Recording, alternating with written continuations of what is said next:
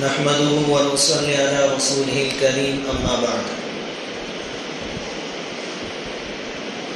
أعوذ بالله من الشيطان الرجيم بسم الله الرحمن الرحيم وإذا سألك عبادي عني فإني قريب أجيب دعوة الداعي إذا دعان فليستجيبوا لي وليؤمنوا بي لعلهم يرشدون صدق اللہ العظیم۔ بزرگ اور پیارے بھائیوں، اللہ رب العزت کا بہت بڑا احسان ہوا کہ اللہ تعالیٰ نے آج کی بڑی رات ہمیں نصیب فرمائی۔ بہت سارے ساتھی جو گزشتہ سال اس رات میں ہمارے ساتھ تھے اس وقت دنیا میں موجود نہیں۔ اللہ رب العزت نے ہمیں ایک اور موقع دیا، یہ اس کا احسان ہے۔ آج بجائے اس کے کہ میں کچھ واقعات آپ کو سناؤں اور کچھ الٹی سیدھے چٹکلے سناؤں، سب سے زیادہ جو قیمتی چیز ہے اس کے بارے میں انشاءاللہ بات کریں۔ شب برات یعنی 15 شعبان کے بارے میں بہت ساری حدیثیں وارد ہوئی ہیں۔ تقریباً 14 قسم کے آدمی ایسے ہیں کہ آج کی اس بڑی رات میں بھی ان کی مغفرت نہیں ہوتی۔ ان میں سے ایک روایت رہی ہے کہ نبی کریم صلی اللہ علیہ وسلم نے ارشاد فرمایا کہ 15ویں شعبان کی جو رات ہے اس میں اللہ رب العزت اپنے بندوں کے دلوں کو دیکھتا ہے۔ آج اللہ تعالیٰ ہمارے دلوں کو دیکھیں گے، پھر اللہ تعالیٰ عام معافی کا اعلان کریں گے، بے شمار مخلوق کو معاف کریں گے، لیکن جس کے دل میں شرک ہوگا اللہ اس کو معاف نہیں کریں گے۔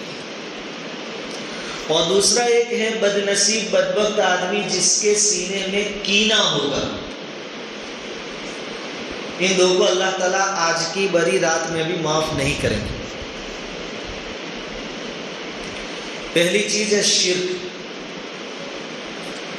ہمیں واقعتاً اللہ رب العزت کا شکر ادا کرنا چاہیے کہ اللہ نے توحید اور ایمان کی دولت ہمیں نصیب فرمائی۔ یہی وہ دولت ہے جس پر کوئی آدمی فخر کرنا چاہے تو کر سکتا ہے۔ یہی وہ دولت ہے جس پر آدمی اپنا سب کچھ لٹانا چاہے تو لٹا سکتا ہے۔ اپنا سب کچھ داؤں پر لگا کر بھی اگر کوئی اپنے ایمان کو بچا لے وہ کامیاب ہو گیا، کیونکہ آخرت کی کامیابی کا دار و مدار ایمان پر ہے، توحید پر ہے۔ مشرک کی مغفرت کسی حال میں نہیں ہوگی۔ آج جس ماحول میں ہم جی رہے ہیں اس میں مسلمانوں پر، ایمان والوں پر طرح طرح کی پریشانیاں ہیں۔ روزانہ اخبار میں ہم پڑھتے ہیں موب لنچنگ، 6-7 نے مل کر کسی ایک ایمان والے کو پکڑ لیا، اس کی داڑھی پکڑ لی، داڑھی کاٹ لی، اس کو مارا تو اتنا مارا کہ وہ مر گیا۔ Mob lynching. اور کوئی دشمنی نہیں ہے، ظاہر میں چاہے کوئی بھی وجہ بیان کی جائے کہ اس نے ایسا کیا کچھ بھی نہیں، اصل مسئلہ ہمارے ایمان سے ہے۔ تو موب لنچنگ کوئی آج کی بات نہیں ہے، یہ نبی کریم صلی اللہ علیہ وسلم کے زمانے میں بھی ہوا ہے۔ بلکہ سب سے پہلے موب لنچنگ ایک عورت کا ہوا، حضرت سمیہ رضی اللہ تعالیٰ عنہا کا، کہ ابو جہل اور دوسرے مشرکین مکہ نے آپ کو پکڑ کر ستایا، اور ستایا ہی نہیں بلکہ آپ کو شہید کر دیا، اور اتنی سختی سے شہید کیا کہ ابو جہل بدبخت نے حضرت سمیہ رضی اللہ تعالیٰ عنہ کی شرمگاہ میں نیزہ مارا۔ ایسے اکا دکا مسلمانوں کو پکڑا جاتا تھا۔ شروع اسلام کا دور تھا، تعداد بھی زیادہ نہیں تھی، مالی پوزیشن بھی نہیں تھی، دفاع بھی نہیں کر سکتے تھے۔ کبھی کبھی ایک آدھ مسلمان کو ایک پیر باندھتے ادھر کی رسی سے، ادھر ایک اونٹ ہوتا اور ادھر ایک اونٹ ہوتا، ایک پیر ادھر کی رسی سے باندھا ہے، ایک پیر ادھر کی رسی سے باندھا ہے، اور دونوں اونٹوں کو مخالف سمت میں بھگاتا، تو آدمی کا کیا حشر ہوگا؟ لیکن یہ چیزیں انہوں نے برداشت کر لی، لیکن زبان سے لا الہ الا اللہ محمد رسول اللہ کو چھوڑا نہیں۔ آج کل ہم یہ بھی سنتے ہیں کہ مسلمانوں کا ساماجک بہشکار کریں، بائیکاٹ، ان سے کوئی چیز نہ خریدے نہ بیچے، یہ بھی کوئی نئی چیز نہیں۔ نبی کریم صلی اللہ علیہ وسلم اور آپ کے ماننے والوں کو 3 سال تک مکہ سے باہر ایک گھاٹی میں رکھا گیا، شیعہ ابی طالب، اور 3 سال تک بائیکاٹ رہا، کوئی چیز نہ کوئی ان سے خرید سکتا تھا نہ بیچ سکتا تھا۔ 3 مہینے اور 3 دن کی بات نہیں ہے، 3 سال تک بچے بھوک سے بلبلاتے تھے، روتے تھے، اس پر وہ لوگ تالیاں پیٹتے تھے، خوشیاں مناتے تھے۔ کھانے کے واسطے درختوں کے پتے ہوتے تھے، چمڑے ہوتے تھے، یہ سب کچھ برداشت کیا، لیکن اس گھاٹی کے اندر جتنے لوگ تھے اس میں ایک بھی ایسا نہیں نکلا کہ میں تو ان میں جا کر مل جاتا ہوں، اپنی پوزیشن نہیں بدلی۔ 3 سال تک آدمی خود کے اوپر تکلیف برداشت کر سکتا ہے، لیکن اپنی چھوٹی اولاد پر تکلیف آ رہا تو آدمی کچھ بھی کر گزرے گا۔ وہاں بچے بلک رہے ہیں، ماؤں کی چھاتیوں میں دودھ نہیں آ رہا تھا، لیکن کوئی عورت، کوئی مرد، کوئی باپ، کوئی چچا، کوئی دادا ایسا نہیں نکلا جو وہاں سے نکل کر مشرکین مکہ سے مل گیا ہو کہ میں تمہارے ساتھ ہوں، بائیکاٹ ختم نہیں۔ 3 سال تک، کیونکہ ان کو معلوم تھا کہ کامیابی کا دار و مدار اسی دولت پر ہے جو ہم کو اللہ نے دی ہے، لا الہ الا اللہ محمد رسول اللہ۔ اللہ کا شکر مانے ایمان والو، مفت میں اللہ تعالیٰ نے یہ دولت دی ہے،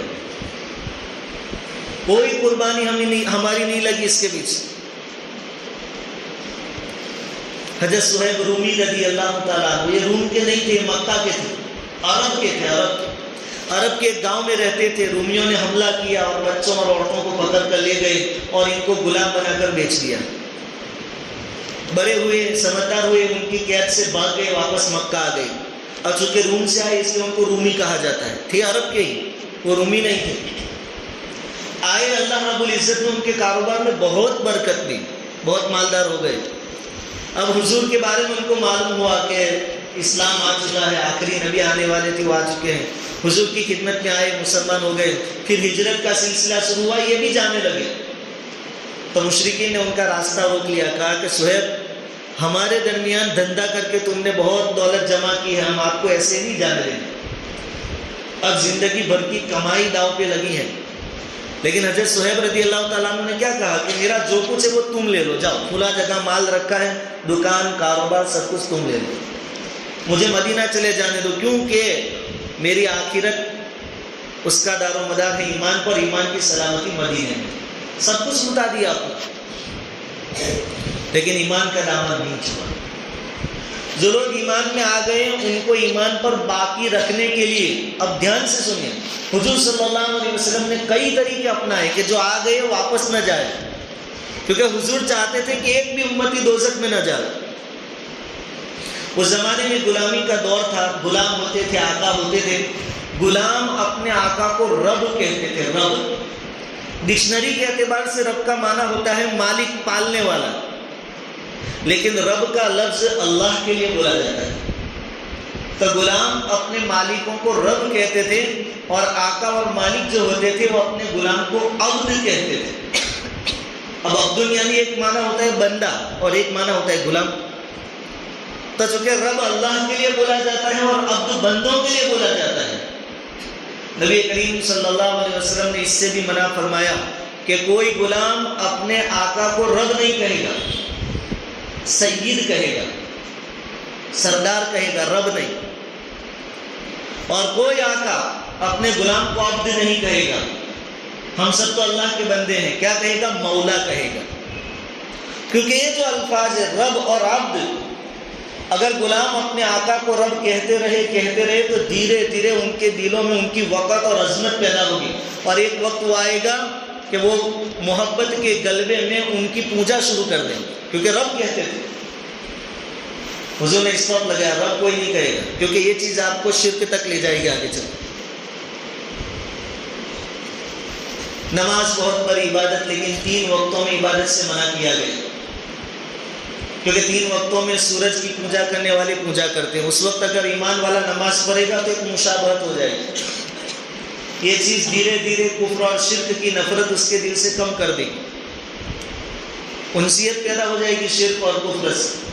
یہاں اسٹاپ لگا دیا، 3 وقتوں میں آپ کو نماز نہیں پڑھنی، اور اللہ رب العزت کو سب سے زیادہ غیرت شرک کرنے والوں پر آتا ہے، غصہ سب سے زیادہ اللہ تعالیٰ کو مشرکین پر آتا ہے۔ ایک مرتبہ نبی کریم صلی اللہ علیہ وسلم نے ایک صحابی سے پوچھا، غالباً حضرت سعد رضی اللہ تعالیٰ عنہ، پوچھا کہ سعد بتاؤ، اگر تم اپنی بیوی کے ساتھ کسی غیر مرد کو غیر مناسب حالت میں دیکھو تو تمہارے جذبات کیا ہو، اس وقت تمہاری پوزیشن کیا ہو؟ اپنی بیوی کے ساتھ کسی غیر مرد کو دیکھیں، اس وقت جذبات کیا ہو؟ صحابی رسول صلی اللہ علیہ وسلم نے جواب دیا کہ حضور میں ایسی تلوار ماروں کہ 4 ٹکڑے کر دوں، 2 بیوی کے اور 2 اس آدمی کے، ایسی تلوار ماروں، غیرت۔ حضور نے اپنے صحابہ سے کہا دیکھو سعد کی غیرت، اس کے جذبات۔ پھر آگے حضور نے فرمایا کہ سعد سے زیادہ میں غیرت مند ہوں، سعد سے زیادہ غیرت مجھے آتی ہے، اور اللہ مجھ سے زیادہ غیرت مند ہے جب کوئی بندہ اس کے ساتھ کسی دوسرے کو پارٹنر بناتا ہے، شرک کرتا ہے، تو اللہ تعالیٰ انتہائی غیرت میں ہوتے ہیں۔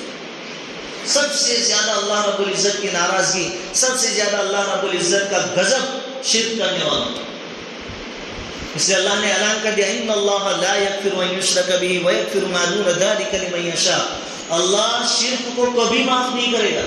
اگر آدمی شرک کی حالت میں مر گیا تو اگر جیتے جی توبہ کر لی تو اس کو بھی معاف کر دے گا، لیکن شرک کی حالت میں مر گیا اس کو معاف نہیں کرے گا۔ ہاں شرک نہیں کرتا تھا، کفر نہیں کرتا تھا اور بڑے بڑے گناہ لے کر گیا، اللہ تعالیٰ سب کو معاف کر دے گا چاہے گا، لیکن اس کو معاف نہیں کرے گا۔ آج کے دور میں بہت ساری چیزیں ایسے ہیں جن کو ہم نے اپنائی ہیں، اور یہ چیزیں آج نہیں تو کل، کل نہیں تو پرسوں ہمیں ایک خطرناک اسٹیج پر لے جا سکتی ہیں۔ غیروں کے طریقے، ان کے مذہبی تہواروں میں ہمارا شریک ہونا، رفتہ رفتہ دھیرے دھیرے بتوں کی، مورتیوں کی جو نفرت ہوتی ہے، وحشت ہوتی ہے، وہ ختم ہو جائے گی، انسیت پیدا ہوگی، اور ایک معمولی چیز بن جائے گی۔ پھر ایک وقت وہ بھی آئے گا، اللہ ہماری حفاظت کرے، کہ آدمی اس کے سامنے ہاتھ جوڑنے میں بھی شرمائے گا نہیں۔ اس لیے ان چیزوں میں احتیاط بہت ضروری ہے۔ آج ہم حالات میں ہیں اور اسی حالات پر تو ہمیں جنت ملنے والی ہے، جب تک حالات نہیں آئیں گے جنت کیسے ملے؟ حضرت باؤ رضی اللہ تعالیٰ عنہ فرماتے ہیں کہ ایک زمانہ ایسا آئے گا کہ ایمان والوں کو ایسے آر دلائی جائے گی، شرم دلائی جائے گی، جیسے کہ آج کے دور میں برائی کرنے والوں کو آر دلائی جائے گی۔ جب کوئی آدمی غلط کام کرتا تھا، ایک زمانہ تھا تو لوگ ان کو شرم دلاتے تھے، بولے آدمی تو نے ایسا کالا منہ کیا، برے کام پر شرم دلائی جاتی تھی، آر دلائی جاتی تھی۔ حضرت باؤ فرماتے ہیں کہ ایک زمانہ وہ آئے گا کہ ایمان پر آر دلائی جائے گی، اور لوگ کہیں گے او ہو تو بہت ایمان والا بن گیا، بہت متقی بن گیا، بہت نمازی بن گیا۔ یہ چیزیں ہیں کہ نہیں ہیں؟ ہم اپنی زبان سے بولتے ہیں تو وہ آئے گا اور جماعت میں جمع، تو وہ نمازی، ایمان پر آڑ دلائی جائے گی اور فساد عام ہو جائے گا۔ اس وقت ایمان والوں کا ایمان پر جمے رہنا بہت ضروری ہے۔ اگر اس وقت ان کے قدم لڑکھڑا گئے، اللہ نہ کرے ایمان کی دولت ہاتھ سے چلی گئی، تو زندگی کا کیا کرایا سب ختم ہو جائے گا۔ آج وہ دور ہے، ایمان پر آر دلائی جاتی ہے، ملا چلا، یہ داڑھی والا چلا، یہ لمبی کفنی والا چلا، یہ دیکھو اونچے پائجامے والا چلا، اور باقاعدہ جو لوگ، جن لوگوں کی اٹھک بیٹھک، چونکہ ہم سٹی میں رہتے ہیں اور ہر قسم کے لوگ ہیں، سب کے ساتھ ہمارا کاروبار ہے، بیٹھنا اٹھنا ہے، تو بہت سارے مسلمان ایسے ہیں کہ بعض چیزوں پر ان کو واقعتاً دل میں شرم آتی ہے، داڑھی پر ان کو شرم آتی ہے، اونچے پائجامے پر ان کو ہوتا ہے کہ یار دنیا کے ساتھ چلنا چاہیے. دنیا کے ساتھ چلو گے تو اس کا انجام بھی واضح ہے. کامیابی کا ایک ہی راستہ ہے. لقد کان لکم فی رسول اللہ اسوۃ حسنہ. اللہ تعالیٰ نے فرمایا کہ میرے نبی کا طریقہ لے کر آؤ گے تو کامیاب ہوں گے. دنیا کیا کہتی ہے؟ جب فساد عام ہو جاتا ہے تو بہت سارے ایک ساتھ جمع ہو جاتے ہیں. جو اوریجنل ہوتے ہیں ان کو کچھ وقت تک برداشت کرنا پڑتا ہے. دیکھیں ایک لومڑی تھی. لومڑی وہ بیچاری بیٹھی ہوئی تھی کہ ایک بڑا پتھر اس کے دم کے اوپر گرا کچری پر. تو اس پتھر کی وجہ سے اس کی دم کٹ گئی. اب دم کٹ گئی تو اس کا کوئی علاج تو کر نہیں سکتی. دوسری ایک لومڑی سے ملاقات ہوئی تو وہ اس کا مذاق اڑانے لگی کہ دم کٹ گئی تیری. لومڑی تو چالاک ہوتی ہے. اس نے کہا کہ تجھے کیا معلوم دم کٹنے کے فائدے کیا؟ یہ کٹی نہیں ہے، میں نے کٹوائی ہے. کہا کہ اس کے بھی فائدے. کہا ہاں کیا فائدہ؟ ایک دم فریش محسوس ہوتا ہے، کوئی بوجھ دل پر جسم پر ہے ہی نہیں. جب سے دم کٹائی ہے میں نے ایسا لگتا کہ میں چل نہیں رہی، اڑ رہی ہوں ہوا. اتنی فریش ہو گئی، ہلکی ہو گئی. اور دوسری لومڑی اس کی بات میں آ گئی کہ اتنا بڑا فائدہ ہے، بوجھ ختم ہو گیا. کہاں؟ تو اس نے بھی اپنی دم کٹوائی. اب جب اس نے دم کٹوائی تو اس کو درد ہوا اور اس کو محسوس ہوا کہ اس نے میرے سامنے جھوٹ بولا ہے. پھر وہ اس کے پاس گئی کہ تو نے میرے سامنے جھوٹ بولا. وہ لومڑی کہنے لگی کہ جو ہونا تھا جو ہو گیا. اب یہ درد ہوتا ہے اور عجیب لگتا ہے اگر ہم دوسری لومڑیوں کے سامنے بولیں گے تو لومڑیوں کے سماج میں ہم دو ہی اٹھتے ہیں، باقی سب دم والی ہے تو سب ہمارا مذاق اڑائے. ہمیں یہ کرنا ہے کہ دم کٹنے کے فائدے ہی لوگوں کے سامنے بیان کرنے. ان دو لومڑیوں نے جو محنت شروع کی، جو بھی لومڑی ملے اس سے کہا دم کٹوا لے، بہت فائدہ ہے. اور پھر تو کیا تھا، لومڑیوں نے اپنی دمیں کٹوا لی. میجورٹی دم کٹی لومڑیوں کی ہو گئی. اب اس میں اکا دکا جو دم والی لومڑی ہوتی اس کے لیے جینا مشکل ہو گیا. وہ دم کٹی، ان کا مذاق اڑایا. ایمان والوں، ہم دم والی لومڑیاں ہیں، ہمارے پاس دم ہے، بلکہ دم کیا اوریجنل چیز ہے. یہ دم کٹی لومڑیاں ہمارا مذاق اڑا رہے ہیں، ان کی باتوں میں مت آنا. مسلمان ہونے پر فخر کرنا، سینہ چوڑا کر کے کہنا الحمدللہ ہم مسلمان. صحابہ کرام نے یہودیوں سے کہا تھا، یہودیوں نے مذاق اڑایا کہ کیسے نبی تمہارے کہ بیت الخلا ٹوائلٹ جانے کا طریقہ بھی بتلاتے ہیں. تو صحابہ کرام نے سینہ ٹھوک کر کہا کہ ہمارے اتنے اچھے نبی کہ بیت الخلا جانے کا طریقہ بھی بتا ہے. تمہارے پاس ہو کوئی تو لاؤ. اپنے مومن ہونے پر اللہ کا شکر ادا کرے، فخر کرے. داڑھی ہونے پر اللہ کا شکر ادا کرے، فخر کرے. چاہے آپ کو کوئی چاچا کہے، ماما کہے، کوئی پرابلم نہیں. یہ تو جنت میں لے جانے والی چیزیں، اللہ کو راضی کرنے والی چیزیں. ماحول سے متاثر نہ ہو. اچھا، مسلمان ہونے کا مطلب یہ بھی نہیں کہ آپ بالکل کسی سے ہنسیں گے نہیں، بولیں گے نہیں، کسی کے ساتھ بیٹھیں گے نہیں، گھر میں بیٹھے رہیں گے، ہاتھ میں تسبیح، گھومو پھرو، کھاؤ پیو، اپنی دنیا میں مست رہو. لیکن مسلمان ہونے کے لیے جو چیزیں شریعت نے بتائی اس کے ساتھ رہو. کسی سے متاثر ہونے کی بجائے اپنا اثر دوسروں پر چھوڑ کر آؤ.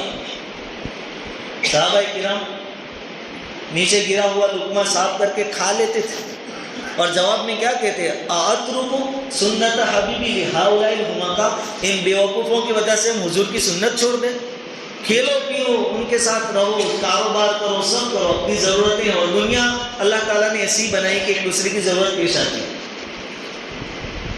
لیکن کسی سے متاثر نہ ہو. کہیں ایسا نہ ہو کہ یہ چیزیں دھیرے دھیرے دھیرے دھیرے اپنے دل میں ایمان سے نفرت پیدا کر دی، اسلام سے نفرت پیدا کر دی.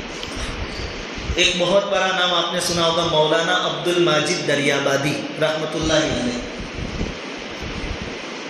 دیندار گھرانے میں پیدا ہوئے. یہ داستان سنیے، دیندار گھرانے میں پیدا ہوئے. ان کے دادا مفتی تھے انگریزوں کے زمانے میں. ان کے والد صاحب عالم تھے، ڈپٹی کلیکٹر، نائب کلیکٹر تھے انگریزوں کے زمانے میں. اور یہ بھی بہت ہوشیار تھے، بچپن سے تعلیم کے پیچھے لگے تھے. انگریزی پاورفل، فلوسوفر تھے، فلوسفی سے ان کا خاص لگاؤ. انہوں نے اپنی آپ بیتی لکھی، اپنی داستان لکھی ہے کہ مجھے کتابیں پڑھنے کا بہت شوق تھا، بہت شوق تھا. میں جو بھی کتاب آگے پڑھ لیتا تھا، جو بھی آگے پڑھ لیتا تھا. ایک وقت وہ آیا کہ ناستکوں کی 2 کتابیں ان کے ہاتھ میں آ گئی. جن کو دہریہ کہتے ہیں، ناستک، جو اللہ کو نہیں مانتے، ان کی کتابیں بھی انہوں نے پڑھ ڈالی۔ دیندار گھرانے کا بچہ، باصلاحیت، ہوشیار، لیکن ان دو کتابوں کے پڑھنے کا اثر دماغ میں ایسا بیٹھ گیا کہ ان کے دل میں خیال آنے لگے کہ واقعتاً یہ سب پابندیاں، یہ تو کوئی بات ہوئی، یہ کرو وہ نہ کرو، یہ کرو وہ نہ کرو۔ دھیرے دھیرے دھیرے دھیرے انہوں نے اپنی آپ بیتی میں لکھا ہے کہ اسلام سے میں دھیرے دھیرے نفرت کرنے لگا۔ مولانا عبد المجید دریابادی، کتابیں پڑھنے سے، اور کئی سالوں تک یہ سلسلہ رہا، لیکن اللہ رب العزت نے ان کی تقدیر میں ایمان رکھا تھا۔ پھر کتابیں جو بھی آتی پڑھ لیتے، لیکن وہ کہتے کہ ایک چیز تھی کہ میں ذہنی اعتبار سے تو اسلام سے دور ہو گیا تھا، نماز میں بھی مشکل سے جاتا تھا، بلکہ نہیں جاتا تھا۔ جمعہ کی نماز میں سب جاتے تو مجھے بہت بوجھ لگتا، میں بھی چلا جاتا، باقی نمازیں بھی چھوڑ دی تھی۔ ایک وقت ایسا ہے، اللہ کون، پابندیاں کچھ بھی نہیں چاہیے، لیکن پھر اللہ رب العزت نے پھر سے ان کو ہدایت، پھر پہنچے حضرت تھانوی رحمۃ اللہ علیہ کے دربار، اور ان کی اسلام میں واپسی ہوئی، اور وقت کے مفسر بن گئے، قرآن کی تفسیر لکھی وہاں۔ جب عبد المجید دریابادی جیسے بہادر، ہوشیار، علمی گھرانے سے تعلق رکھنے والے کے قدم بہک سکتے ہیں، تو ہمارا بیک گراؤنڈ تو اتنا مضبوط نہیں ہے دینداری کے لائن سے، کیا ہمارے قدم نہیں بہکیں گے؟ ہماری نسل، چھوٹے بچے ہماری اسکول میں جا کر کیا پڑھ رہے ہیں؟ کیا ان کے ایمان کا مسئلہ نہیں ہمارے؟ یہ فکر کی بات ہے، یہ سوچنے کی بات ہے۔ میں یہ بھی کر سکتا تھا کہ 2-4 واقعات آپ کو سناتا اور دعا کروا کے روانہ کر دیتا۔ اللہ غفور الرحیم ہے، وہ میں چھلے بولوں گا انشاءاللہ، واقعی بھی سنا دوں، لیکن اصل فکر کی بات یہ ہے، اپنے ایمان کی فکر، اپنے بچوں کے ایمان کی فکر۔ اسکولوں میں زہر پلایا جاتا ہے، آپ گھروں میں اس کا تریاک دیں، ان کو زہر کی دوا پہلے سے دے کر روانہ کریں، کھاتے وقت ان کو بسم اللہ و برکت اللہ پڑھائیں، تاکہ جب اسکول میں غلط باتیں ان کو بتائی جائے کہ کھانا فلاں دیوی دیتی ہے، تعلیم کی دیوی فلاں، اس وقت ان کو یاد آئے کہ ابا اور امی نے تو کہا تھا کہ سب کچھ اللہ ہی کرتا ہے، کھانے سے پہلے ابا اور امی نے بسم اللہ پڑھائی تھی، کھانے کے بعد کی دعا ابا اور امی نے مجھے پڑھائی تھی۔ آپ گھر پہ اتنا بندوبست کریں، اپنے کاروبار میں اور اپنی دنیا میں اتنے مگن نہ رہیں کہ اپنے گھر میں کیا ہو رہا ہے اس سے بے خبر ہو جائیں۔ مولانا عبد المجید دریابادی کے لیے ان کے والد صاحب کو جب پتا چلا، حج میں گئے، کعبہ کا گلا پکڑ کے دعا کی تھی، اللہ اس کو واپس مسلمان کر دے، ایمان میں واپسی کر دے۔ بڑے بڑے علماء اور مشائخ نے وقت کے دعا کی تھی اللہ سے کہ اللہ بہت قیمتی آدمی کدھر چلا گیا، ہمیں دھیان دینے کی بہت ضرورت ہے۔ میرے بھائی، ایمان تاج بہت بڑی رات ہے، اللہ تعالیٰ کی طرف سے اعلان ہوتے ہیں، صبح صادق تک ہوتے رہیں گے، ہے کوئی مغفرت مانگنے والا میں معاف کر دوں، لیکن شرک کرنے والے کی مغفرت نہیں ہوتی۔ ایک یہ، اس لیے ہمیشہ شرک سے نفرت کریں، اللہ کے علاوہ کوئی کرنے والا نہیں، اللہ ہی کرتا ہے۔ بولتے رہیں ان باتوں، کوئی کام ہو گیا تو میں نے یہ آئیڈیا استعمال کیا نہیں، اللہ نے کروا دیا۔ اپنے ایمان کو مضبوط کرنا۔ ایک مشرک کی مغفرت نہیں ہوتی۔ دوسرا ہے کینہ رکھنے والا۔ کینہ کس کو کہتے ہیں؟ کہ اپنے دل میں کسی کا برا چاہنا اور اس کو کوئی تکلیف پہنچے اس کے اسباب بھی اختیار کرنا، اس کو کہتے ہیں کینہ۔ اب کینہ آدمی کے دل میں پیدا کب ہوتا ہے کہ آپ کو کسی سے کوئی تکلیف پہنچ گئی، اس پر آپ کو غصہ آیا، لیکن سامنے والی پارٹی ایسی ہے کہ آپ اپنا غصہ نکال نہیں سکتے، آپ سے بڑا ہے عمر میں، پہلوان ہے، مضبوط ہے، آپ نے سوچا کہ ایک تھپڑ میں ماروں گا تو وہ سامنے 2-3 مار دے گا، اس لیے آپ مار نہیں سکتے، تب آپ دل ہی دل میں غصہ رکھیں گے۔ اب آپ کے رات دن کیسے گزریں گے کہ اس کو کوئی نقصان ہو جائے تو مزہ آ جائے، اس کا ایکسیڈنٹ ہو جائے، دھندا اس کا ختم ہو جائے، اس کے اولاد میں کوئی مصیبت آ جائے، اس کو کسی بھی طرح نقصان ہو، یہ آپ کی چاہت ہو گئی، اس کو کہتے ہیں کینہ۔ پھر کینہ کی وجہ سے لوگوں کے سامنے اس کی غیبت بھی کرے گا، اس کی برائیاں بھی بیان کرے گا، وہ تو ایسا ہے ایسا ہے، حالانکہ ایسا کوئی ہوتا نہیں۔ غیبت بہت بڑا گناہ ہے۔ بلکہ ایک عجیب بات جو میں نے پڑھی، حکیم اختر صاحب رحمۃ اللہ علیہ کا ایک جگہ بیان تھا، بیان پورا ہوا، اب دعا کروانے کی باری تھی، ایک آدمی کھڑا ہوا، اس نے ایک پرچی دی، اس میں لکھا تھا کہ ہمارے فلاں رشتہ دار کو کینسر ہو گیا ہے، آپ شفا کے لیے دعا کریں۔ حضرت نے فرمایا کہ کینسر بڑی خطرناک بیماری ہے، میں دعا تو کروں گا، لیکن میں ایک بات بتاتا ہوں کہ کینسر ہوتا کیسے ہے۔ پھر حکیم اختر صاحب نے بتایا کہ ڈاکٹر عبدالحی صاحب رحمۃ اللہ علیہ یہ فرماتے تھے کہ کینسر ہوتا ہے سڑا ہوا گوشت کھانے سے۔ یاد رکھیں، کینسر ہوتا ہے سڑا ہوا گوشت کھانے سے۔ سڑا ہوا گوشت خون کے اندر زہر پیدا کرتا ہے، اس سے کینسر ہوتا ہے۔ اب ہم سوچتے ہیں کہ سڑا ہوا گوشت ہم کہاں کھاتے ہیں؟ ڈاکٹر عبدالحی صاحب نے آگے فرمایا کہ ہم بھی سڑا ہوا گوشت کھاتے ہیں۔ وہ کیسے؟ کہ ہم اپنے بھائیوں کی غیبت کرتے ہیں، اور غیبت کرنے کو قرآن نے کیا کہا ہے؟ اَيُحِبُّ أَحَدُكُمْ أَن يَأْكُلَ لَحْمَ أَخِيهِ مَيْتًا فَكَرِهْتُمُوهُ، کہ غیبت کرنے والا گویا اپنے مردار بھائی کا گوشت کھاتا ہے، اور مردار کا گوشت سڑا ہوا ہوتا ہے۔ تو غیبت آپ کو کینسر تک پہنچا سکتا ہے۔ غیبت آدمی کو کینسر میں مبتلا کر سکتا ہے، اس لیے اس سے بچے۔ کینے سے اپنے سینے کو پاک کریں، وہی ہوگا جو اللہ رب العزت چاہتے ہیں۔ کاروبار تمہارا اور دوسرے کا اتنا ہی چلے گا جتنا اس نے نقی کیا ہے، طے کیا ہے۔ تقدیر ہماری پیدائش سے ہزاروں سال پہلے لکھی جا چکی، اس میں بدلاؤ بھی ہوگا، اور ہم لاکھ کوششیں کر لیں، نفع نقصان ہمارے ہاتھ میں نہیں ہے۔ اس لیے اگر آپ خوش رہنا چاہتے ہیں، صحت مند رہنا چاہتے ہیں، تندرست رہنا چاہتے ہیں، اپنے سینوں کو کینوں سے پاک کریں، ورنہ آپ دل ہی دل میں گھٹن محسوس کرتے رہو گے، نہ رات کو نیند آئے گی، نہ دن میں آپ کو سکون ہوگا، نہ کھانا اچھا لگے گا، کیونکہ آپ چاہیں گے کہ سامنے والے کا نقصان ہو جائے، اور ذرا اس کی ترقی ہوئی تو آپ جلتے رہیں گے، خون جلے گا، کوئی ایکس رے اور سونوگرافی میں بھی وہ جلن دکھے گی نہیں، لیکن آپ جلتے رہیں گے، سوکھ جائیں گے، آپ اپنی زندگی تباہ کر لیں گے۔ اس لیے کینہ چھوڑ دو، تقدیر سے راضی رہو۔ اللہ رب العزت نے جو کیا اس پر رضا بھی رضا، تو جو جس حال میں رکھے اس میں ہم راضی ہیں، بلکہ دوسروں کی بھلائی چاہو، بھلائی چاہو۔ نبی کریم صلی اللہ علیہ وسلم صحابہ کرام کے ساتھ بیٹھے ہوئے تھے مسجد نبوی میں، حضور صلی اللہ علیہ وسلم نے فرمایا کہ ابھی ایک جنتی آدمی آئے گا، دیکھنا ہو تو دیکھ لینا۔ دنیا میں حضور کہہ رہے ہیں ایک جنتی آدمی آئے گا۔ صحابہ کرام ایک دم چوکنا ہو گئے کہ کون خوش نصیب ہوگا، حضور یہاں بیٹھ کے کہہ رہے ہیں کہ جنتی آدمی، چلو دیکھتے ہیں۔ دیکھا کہ ایک صاحب آئے، وضو کر کے آئے تھے، داڑھی سے وضو کا پانی ٹپک رہا تھا، مسجد میں داخل ہوئے، بیٹھ گئے، بات آئی گئی ہو گئی۔ دوسرے دن حضور صلی اللہ علیہ وسلم نے پھر فرمایا کہ ابھی جس کو جنتی آدمی دیکھنا ہو دیکھو، ابھی مسجد میں داخل ہوگا۔ دوسرے دن وہی صحابی واپس آئے۔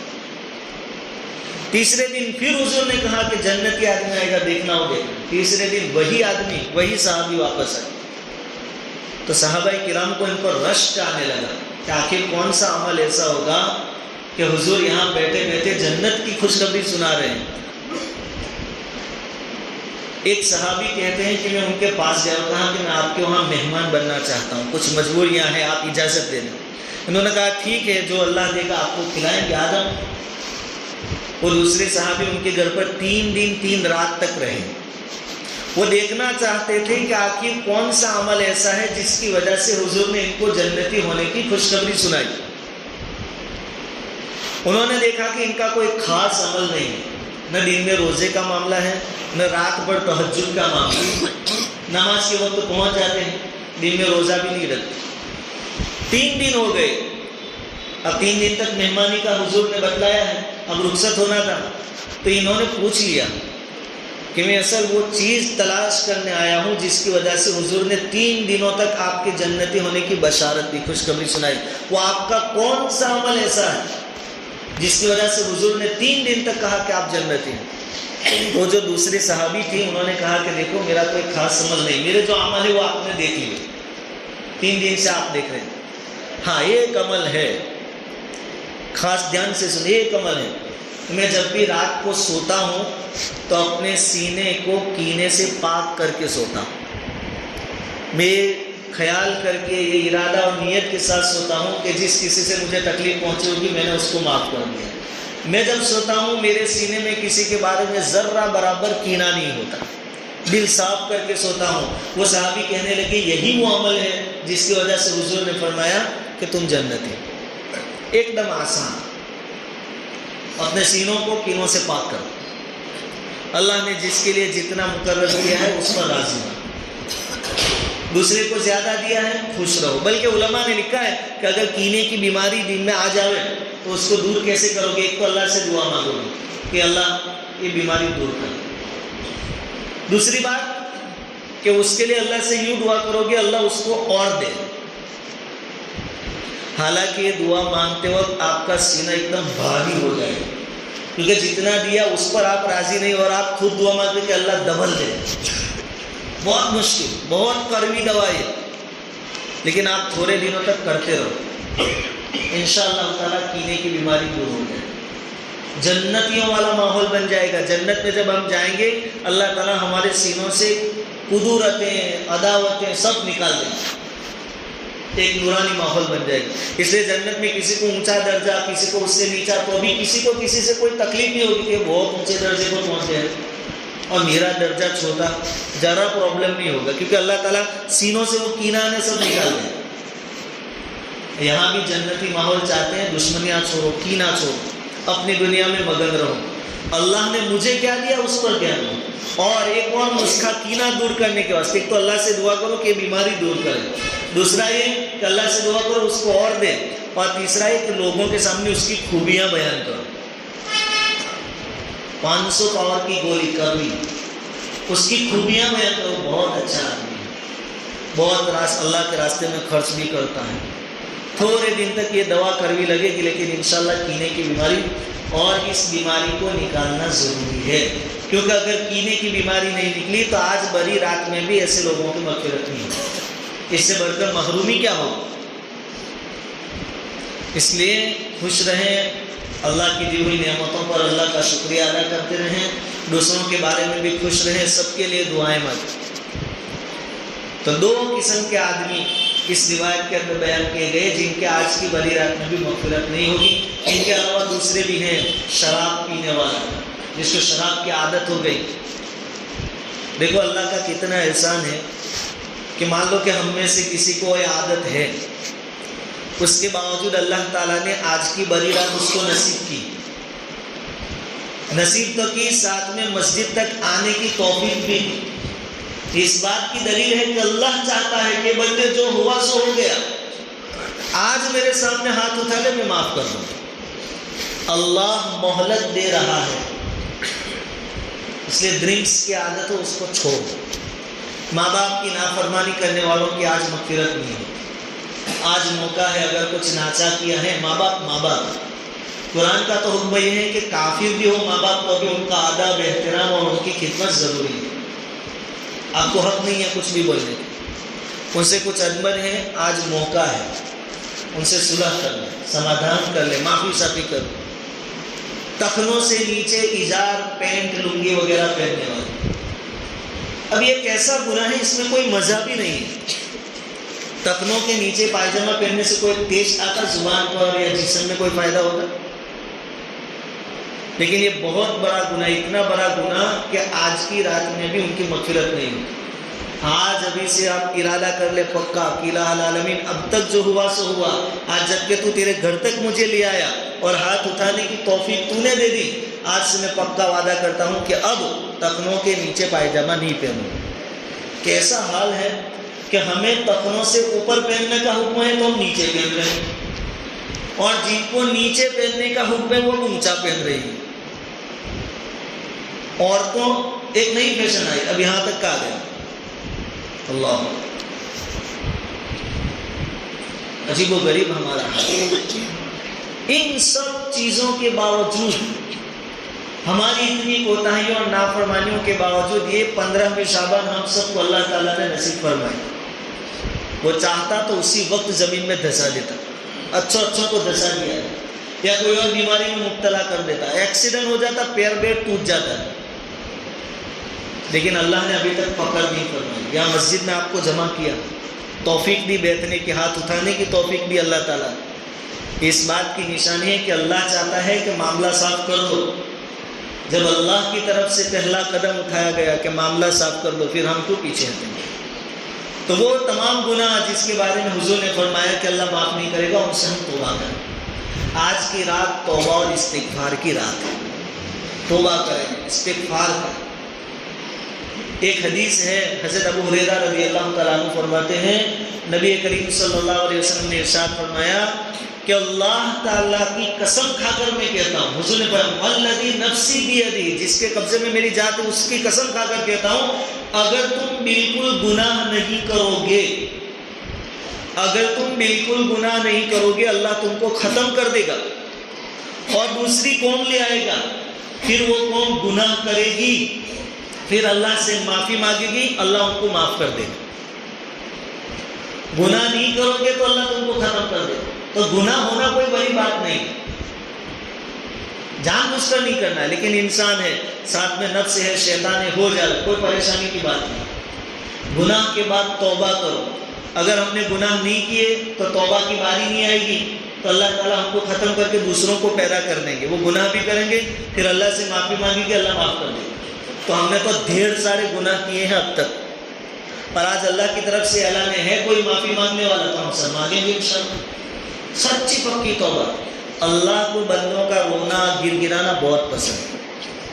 جب بندہ اللہ کے سامنے بے چین ہو جاتا ہے, ہائے ہائے کرتا ہے, اللہ کو بہت پسند ہے. آج ہم انشاءاللہ روئیں گے, رات بھر جتنا ہو سکے روئیں گے. ہمارے آنسو جہنم کی آگ کو بجھا دیں. ایک بزرگ بیمار ہوئے, مفتی شفیع صاحب نے فرمایا ایک بزرگ بیمار ہوئے, دوسرے بزرگ ان کی خبر لینے گئے عیادت کے واسطے.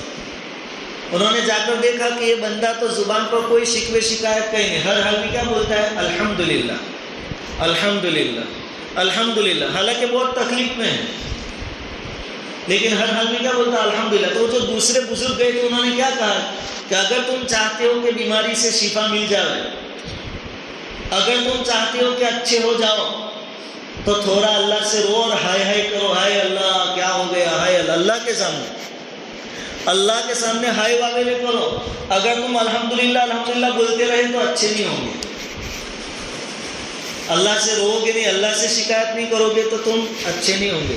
اللہ سے ہائے واویلے کرو, ہائے اللہ اچھا کر دیں, میں بہت کمزور ہوں, میں بہت ضعیف ہوں. تو بندے جب اللہ کے سامنے بے چینی سے ہاتھ اٹھاتے ہیں, آنسو بہاتے ہیں, روتے دھوتے ہیں, اللہ خوش ہو جاتے ہیں اور اللہ تعالیٰ زندگی بھر کے گناہ معاف کر دیتے ہیں. آج انشاءاللہ ہم روئیں گے. رونا نہ آئے تو حضور نے کہا رونے کی شکل بناؤ. بھائی نقل کرنے میں تو ہم بہت ماہر ہیں, نقل کرنے میں تو ہم بہت, کتنے ماہر کہ کسی ایکٹر نے پھٹی جینس پہن لی تو ہم لا کر کھار کر پہنتے ہیں, اتنے نقل خور ہیں ہم لوگ, بہت ماہر.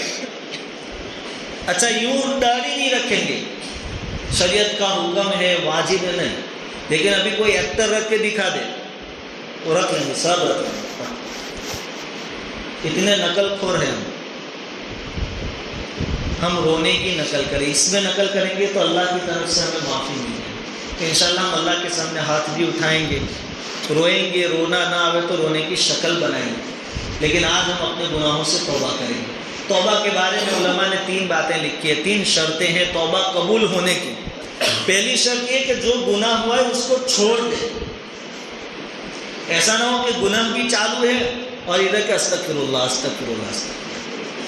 بد نظری کی عادت ہے, غیر محرم عورتوں کو دیکھنے کی عادت ہے, اب دیکھ بھی رہا ہے اور تسبیح پر استغفر اللہ استغفر اللہ. یہ نہیں ہو سکتا. آپ پہلے وہ گناہ چھوڑ دیں.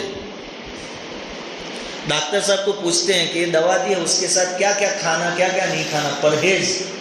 پہلے پرہیز کرے, گناہ چھوڑے, پھر دوا اپنا اثر کرے. پہلی شرط یہ کہ جو گناہ ہو گیا اس کو چھوڑ دیں اور توبہ کریں. دوسری شرط یہ کہ جو ہو گیا اس پر افسوس ہو. اس پر کیا ہو, افسوس, ندامت کہ واقعات مجھ سے بہت. جب بندہ اپنے گناہوں پر شرمندگی ظاہر کرتا ہے اللہ خوش ہو جاتا ہے. اور تیسرا آئندہ کبھی وہ گناہ نہیں کروں گا، اس کی نیت کریں، آئندہ کبھی نہیں کروں گا۔ پہلی دو شرطیں ہیں نا وہ تو ممکن ہے، دیکھو آسان لگتی ہے کہ ابھی میں ارادہ کروں کہ اب یہ گناہ نہیں کروں گا۔ دوسرا کہ جو ہو گیا اب انشاءاللہ اس پر مجھے شرمندگی سے، لیکن تیسری شرط میں جب پھر شیطان آتا ہے ہمارے پاس کہ تو ابھی تو توبہ کر لیتا ہے کہ اب گیم نہیں کھیلوں گا، لیکن باہر جا کر 5-6 گیم کھیلنے والے ملیں گے تو تیری توبہ ٹوٹ جائے گی، تجھ سے رہا نہیں جائے گا، کھیلے بغیر تجھے چین نہیں پڑے گا۔ یہاں شیطان آتا ہے پھر کہ توبہ ٹوٹ جائے گی، جب توڑنی ہی ہے تو توبہ کیوں کرنے کی؟ پھر بات ایسی نہیں، یہ شیطانی داؤ ہے۔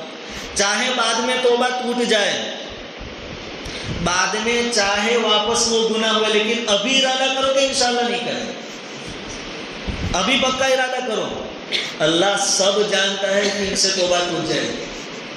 اس لیے حضور نے بھی کیا فرمایا، کلو بنی آدم خطاؤن، ہر انسان بہت زیادہ گناہ کرنے والا ہے۔ خطاؤن عربی لغت، اس میں آپ دیکھیں گرامر کے حساب سے بہت زیادہ گناہ کرنے والا، ایک دو نہیں، بہت گناہ۔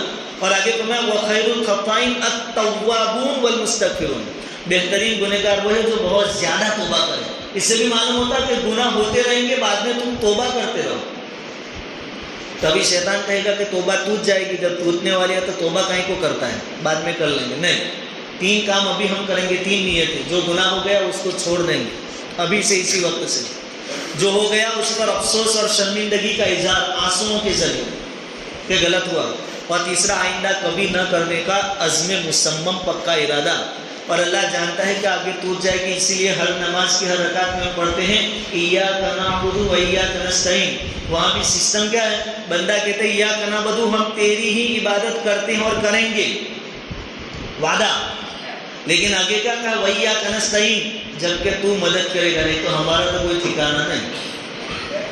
وعدہ تو کر لیا کہ ایاک نعبد، تیری عبادت کریں گے، لیکن وایاک نستعین، اللہ نے خود سکھایا ہے کہ میں جانتا ہوں کہ تمہارا ٹک پانا مشکل ہے، جب تک میری مدد شامل حال نہیں ہوگی تم ٹک نہیں پاؤ گے۔ آدم علیہ السلام سے اللہ تعالیٰ نے گناہ کیوں کروایا؟ ہمیں بتانے کے لیے کہ گناہ تو ہوں گے تم سے۔ اب پھر جب آدم علیہ السلام سے غلطی ہو گئی تو اللہ چاہتا تو بغیر روئے دھوئے بھی معاف کر دیتا آدم علیہ السلام، لیکن کئی سالوں تک آدم علیہ السلام روئے، اللہ سے معافی مانگی، اتنا روئے کہ آنسو بہنے کی وجہ سے نالیاں ہو گئی، جیسے پانی کی نالیاں ہوتی، اتنا روئے۔ یہ کیوں؟ ہمیں بتانے کے لیے کہ غلطی ہوگی، لیکن اس کے بعد تمہیں کام تمہارے ابا والا کرنا ہے، آدم علیہ السلام۔ یہ نہیں کہ چوری اوپر سے سینہ چوری، بدعت کرتا ہے گناہ، بدا بہت سدھری گیلا ہے ہمیں نہیں۔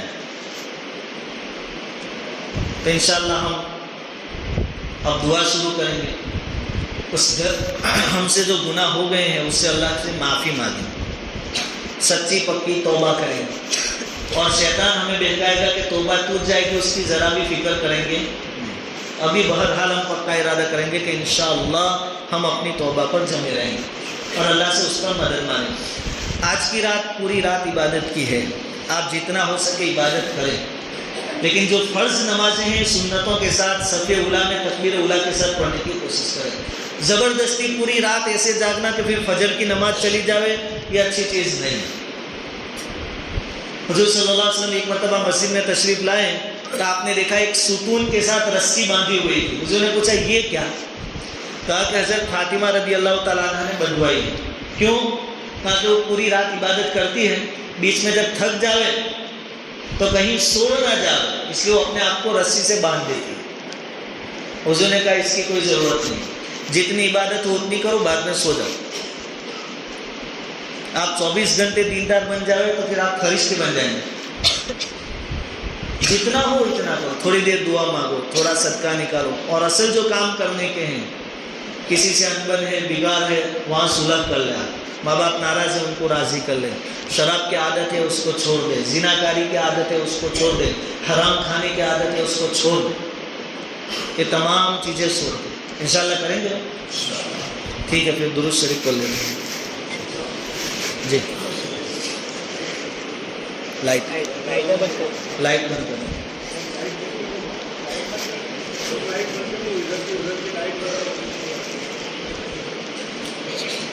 بسم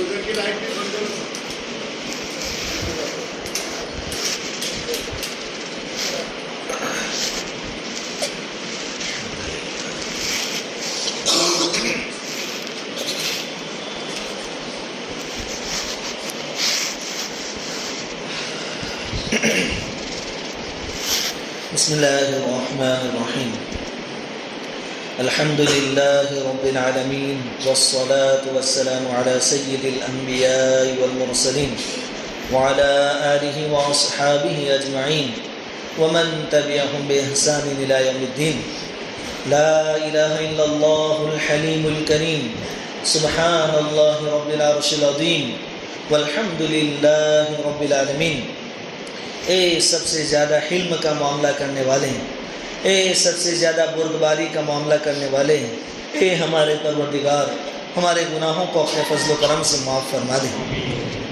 مولا کریم رات بھر تو نے میٹھی نیند سلایا، الہ العالمین فجر میں تیرے مؤذن نے اذان کی آواز دی ہم نے نہیں سنا، الہ العالمین اٹھنے سے پہلے تیری نافرمانی کر لی، الہ العالمین جب 8-10 بجے جب ہم اٹھے اس وقت تو نے ہمارے ناشتے کو ہم سے چھینا نہیں مولا بلکہ بہترین ناشتہ دیا. الہ العالمین ہم ظہر کی نماز میں تیرے دربار میں حاضر نہیں ہوئے، اس کے بعد بھی تو نے ظہر کے بعد کا کھانا ہم سے چھینا نہیں مولا. الہ العالمین تو چاہتا تو وہ کھانا ہمارے لیے موت کا سبب بن جاتا، الہ العالمین ہماری گلے میں اٹک جاتا، الہ العالمین کوئی بھی واقعہ پیش آ جاتا کہ کھانا ہم سے دور چلا جاتا.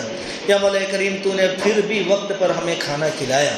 الہ العالمین عصر کی نماز کا وقت آیا، تو مؤذن نے ہمیں پکارا لیکن ہم تیرے دربار میں حاضر نہیں ہوئے، اس کے باوجود تو نے رات کا کھانا پانی ہمارا بند نہیں کیا.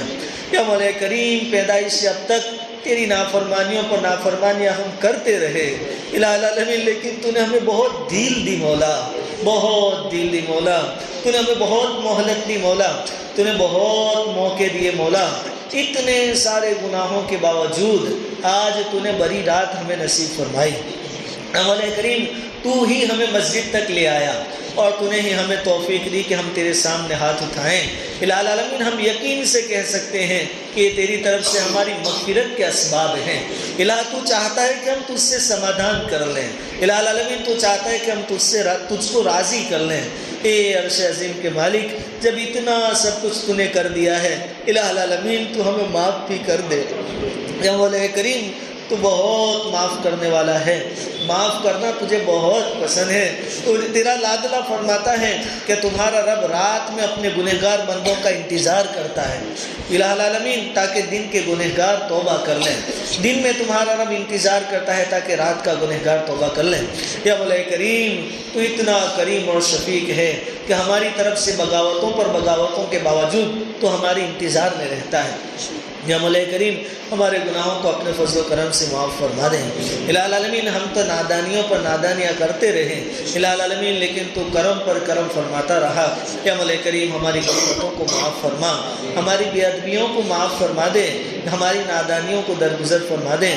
یا مولا کریم ہمارے گناہوں کو معاف فرما دیں.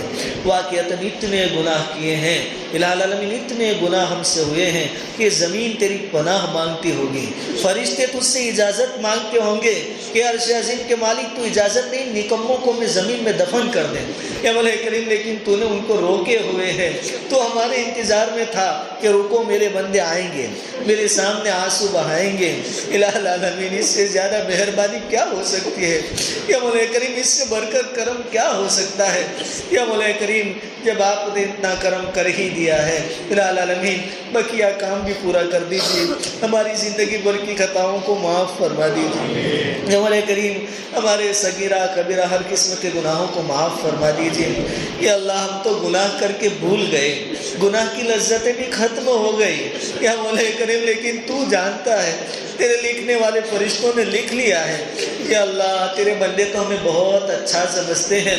کیا بات ہوگی جب آدم علیہ السلام سے لے کر قیامت تک کی انسانیت حشر کے میدان میں موجود ہوگی اور لوگ جو ہمیں اچھا سمجھ رہے ہیں وہ ہمارے سامنے ہوں گے، ہمارے ماں باپ جو ہمارے اوپر فخر کرتے ہیں وہ ہمارے سامنے ہوں گے، اور تیرے فرشتے ہمارے اعمال نامے کھولیں گے اور اس میں ہماری کمینگی اور ہمارے گناہ ظاہر ہوں گے، الہ العالمین کیسی رسوائی کا عالم ہوگا۔ یا مولا کریم آخرت کی رسوائی سے ہماری حفاظت فرما، یا مولا کریم آخرت کی رسوائیوں سے ہماری حفاظت فرما۔ اے کریم تو کیسا کرم کرنے والا ہے، آج تلک تو نے ہمیں رسوا نہیں کیا، آج تلک تو نے ہمیں سماج اور معاشرے میں رسوا نہیں کیا، یا مولا کریم آج تلک رسوا نہیں کیا، بلکہ دن بدن تو نے ہماری عزتیں بڑھائی۔ الہ العالمین لوگوں کے دلوں میں ہماری محبتیں ڈالی۔ الہ العالمین ہماری اندر کی باتیں آپ ہی جانتے ہیں، کہ مولا کریم ہمارے گناہوں کو معاف فرما دیں، مولا کریم درگزر فرما دیں۔ بہت بڑی رات ہے اور تو نے ہی تو موقع دیا ہے، کہ مولا کریم ہم سب کی مغفرت فرما دے۔ الہ العالمین مجمع میں نوجوان ہیں جن کا رونا تجھے بہت پسند ہے، الہ العالمین سب نے ارادے کیے ہیں کہ ہم سچی پکی توبہ کرتے ہیں، جو جس گناہ میں مبتلا ہے اس کے چھوڑنے کا پکا ارادہ کیا ہے۔ الہ العالمین آگے کا کام آپ کر دیجئے، ہماری قدم قدم پر مدد اور نصرت فرمائیے، شیطان اور نفس کے دھوکوں سے ہماری حفاظت فرمائیے۔ الہ العالمین ہماری توبہ کو ٹوٹنے سے بچا لیجئے، یا مولا کریم مرتے دم تک ہمیں اپنی توبہ پر باقی رکھیے۔ الہ العالمین ہمارے مرحومین کی مغفرت فرمائیے، ہمارے ماں باپ کی مغفرت فرمائیے، ہماری اس بستی کے جتنے ایمان والے اس دنیا سے رخصت ہو چکے تمام کی مغفرت فرمائیے، ان کی قبروں کو نور سے منور فرمائیے۔ الہ العالمین ان کے مقابلے میں ہم خوش نصیب ہے کہ آج کی رات ہمیں نصیب ہوئی۔ الہ العالمین ان کا حق بنتا ہے کہ ہم ان کے لیے مغفرت کی دعا کریں۔ الہ العالمین آپ معاف فرما دیجئے، آخرت کی تمام منزلوں کو ان کے لیے آسان فرما دیجئے، ان کی قبروں کو تحت نگاہ وسیع اور کشادہ فرمائیے۔ الہ العالمین پوری امت مسلمہ کو حلال پاکیزہ اور طیب روزی نصیب فرمائیے۔ الہ العالمین روزی روٹی ایک بہت بڑا مسئلہ ہے، آپ کے محبوب کا فرمان ہے کہ آپ کوشش کریں آپ کا پروردگار آپ کو روزی دے گا۔ الہ العالمین آپ کے محبوب کی ہر بات سچی ہے، آپ کی ہر بات سچی ہے۔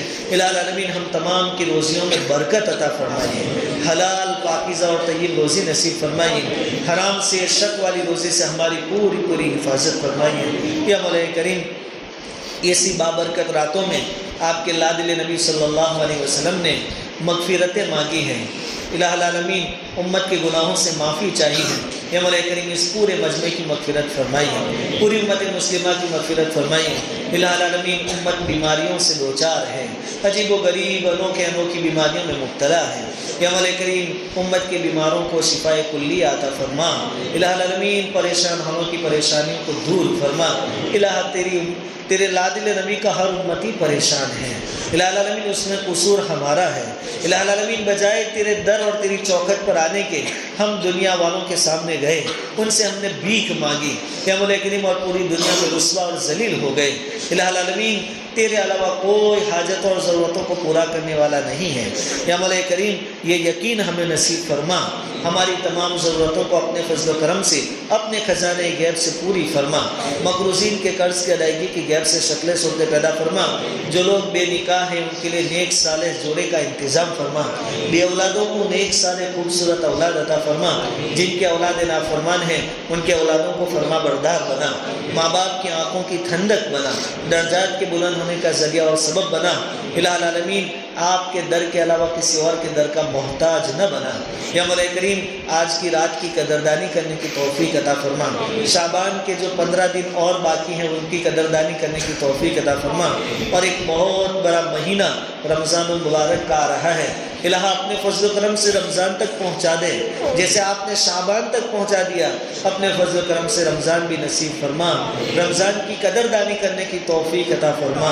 الہ العالمین نیکیوں کا سیزن آنے والا ہے، ابھی سے اس کی تیاری کرنے کی توفیق عطا فرما، اس رمضان کو ہماری مغفرت کا ذریعہ بنا دے، زندگی بھر کی خطاؤں کے معاف ہونے کا ذریعہ اور سبب بنا دے، تیرے راضی ہو جانے کا ذریعہ اور سبب بنا دے، روزے رکھنے کی طاقت اور قوت نصیب فرما، تراویح 5 وقت کی نمازیں اور تہجد کی پابندی کی ہمیں توفیق عطا فرما، قرآن کریم کی خوب تلاوت کرنے کی ہمیں توفیق عطا فرما، حلال پاکیزہ چیزوں سے سحری اور افطاری کرنے کی ہمیں توفیق عطا فرما، حرام سے شک والی روزی سے ہماری پوری پوری حفاظت فرما۔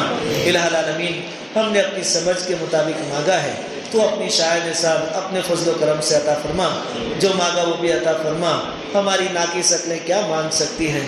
الہ العالمین تو کامل ہے، الہ العالمین تو ہر چیز میں کامل ہے، اپنے اختیار سے اپنے فضل و کرم سے اپنے خزانے غیب سے عطا فرما۔ نبی کریم صلی اللہ علیہ وسلم کی ذات اقدس پر پوری امت کی طرف سے لاکھوں کروڑوں درود اور سلام نازل فرما. جزا اللہ عنا محمدا بما هو اهله صلی اللہ علیہ وسلم. ربنا تقبل منا انك انت السميع العليم وتب علينا انك انت التواب الرحيم. سبحان ربك رب العزة عما يصفون وسلام على المرسلين والحمد لله رب العالمين.